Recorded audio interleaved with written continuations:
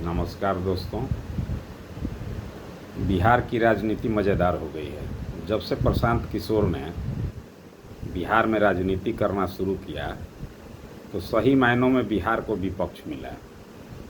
उससे पहले जब नीतीश जी ने पाला बदल कर सरकार बनाने का सिलसिला शुरू किया तो इस राज्य की सभी महत्वपूर्ण ताकतें पिछले 13 वर्षों में कभी ना कभी सत्ता में रही हैं और कभी विपक्ष में रही हैं।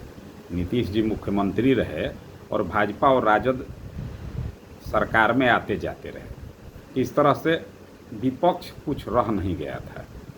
प्रशांत किशोर चुनाव जीतेंगे हारेंगे क्या होगा यह तो अलग बात है, लेकिन इनके आने के बाद पहली बार ऐसा लग रहा है कि बिहार में कोई विपक्ष है। उन्होंने सम्राट चौधरी पर जो हमले किए और कल लोग राज्यपाल से भी मिले, उसके बाद मामला और ही गंभीर हो गया है। खूब जम करके गाली गलौज हो रहा है। क्या परिणाम होगा वह तो भविष्य के गर्त में है, लेकिन ये तय है कि बिहार की जनता को ये पता चल रहा है कि अभी तक राजद, भाजपा और जदयू जो राजनीति कर रहे थे वो मूल मुद्दों पर राजनीति नहीं कर रहे थे। इनके राजनीति का मुद्दा या तो आरक्षण था, जाति था, या कुछ ऐसे मुद्दे जिनका ज़मीन पर कोई अस्तित्व नहीं है। ये दोनों एक दूसरे के भ्रष्टाचार पर नहीं बोलते थे, क्योंकि सबने कभी ना कभी सरकार बनाई और जमकर माल का दोहन किया। तो प्रशांत किशोर के आने के बाद ये जदयू के नेताओं, भाजपा के नेताओं के भ्रष्टाचार पर भी बोल रहे हैं, जबकि तेजस्वी जी बिहार में नेता विपक्ष रहने के बाद भी इन भ्रष्ट नेताओं के खिलाफ कोई ठोस कार्रवाई नहीं कर सके और न कोई आवाज़ उठा सके। तो पहली बार बिहार के लोगों को ये लग रहा है कि कोई विपक्ष है।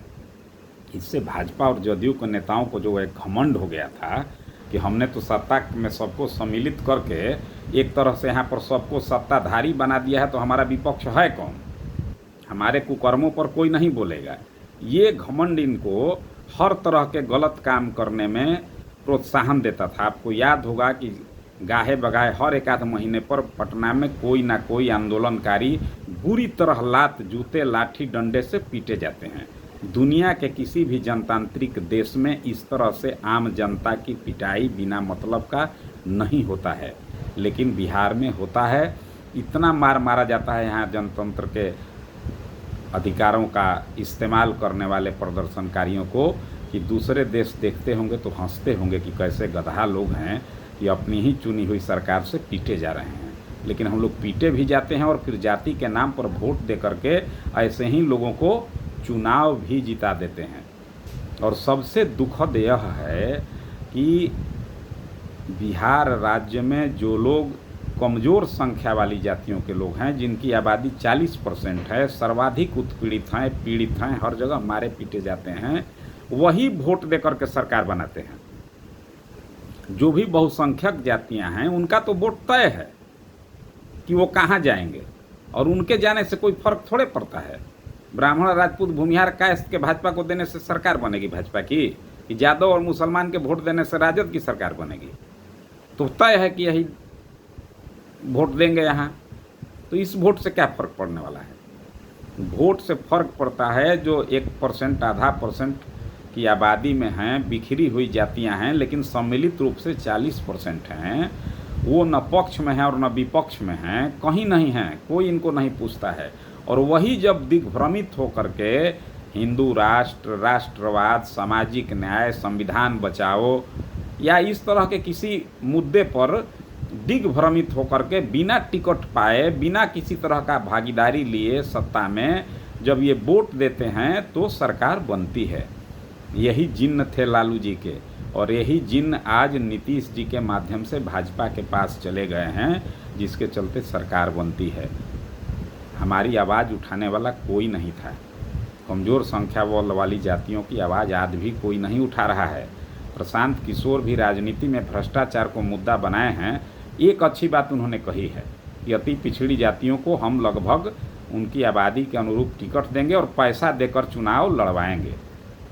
अगर वो ये काम कर देते हैं तो बिहार के राजनीतिक भविष्य, सामाजिक भविष्य के लिए बहुत ही अच्छा होगा।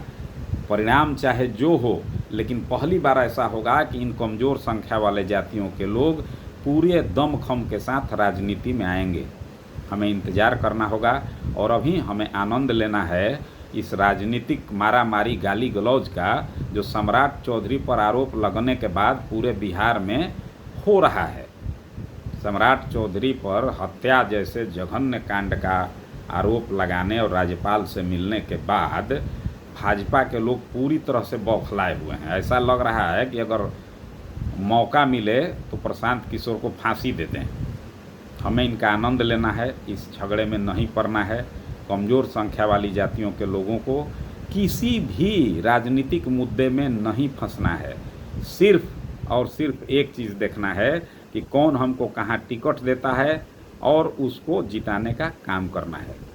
आपको यहाँ तक उतरना होगा कि किसी भी पार्टी से कमज़ोर संख्या वाली जातियों के लोग चुनाव लड़ें तो पार्टी पौआ भी मत सोचिए, उसको जिताने का काम कीजिए। याद रखिए, जिस दिन 50, 60, 70 कमज़ोर संख्या वाली जातियों को लोग विधानसभा में पहुंच गए तो उसका असर ये पड़ेगा कि बिहार के रोड पर दबंगई कम होगा, आपकी इज्जत बढ़ेगी।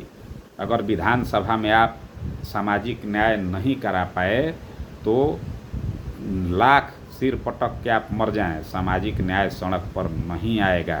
तो मेरा आपसे यही निवेदन है कि भाजपा, प्रशांत किशोर, राजद, सबके खेल तमाशा को देखिए, सबका आनंद लीजिए, लेकिन वोट देने के वक्त टिकट नहीं तो वोट नहीं, अपने लोगों को जिताना, हर तरह से मजबूत करना, ज़्यादा से ज़्यादा कमज़ोर संख्या वाली जातियों के लोगों को विधानसभा में भेजना। यह याद रहे, आपके हक व अधिकार की लूट को रोकने का एकमात्र यही तरीका है, आपकी इज्जत प्रतिष्ठा धन संपत्ति को बचाने का एकमात्र यही तरीका है। आपको गोलबंद होना होगा, दूसरा कोई रास्ता नहीं है। फिर हम लोग कल बात करेंगे। धन्यवाद।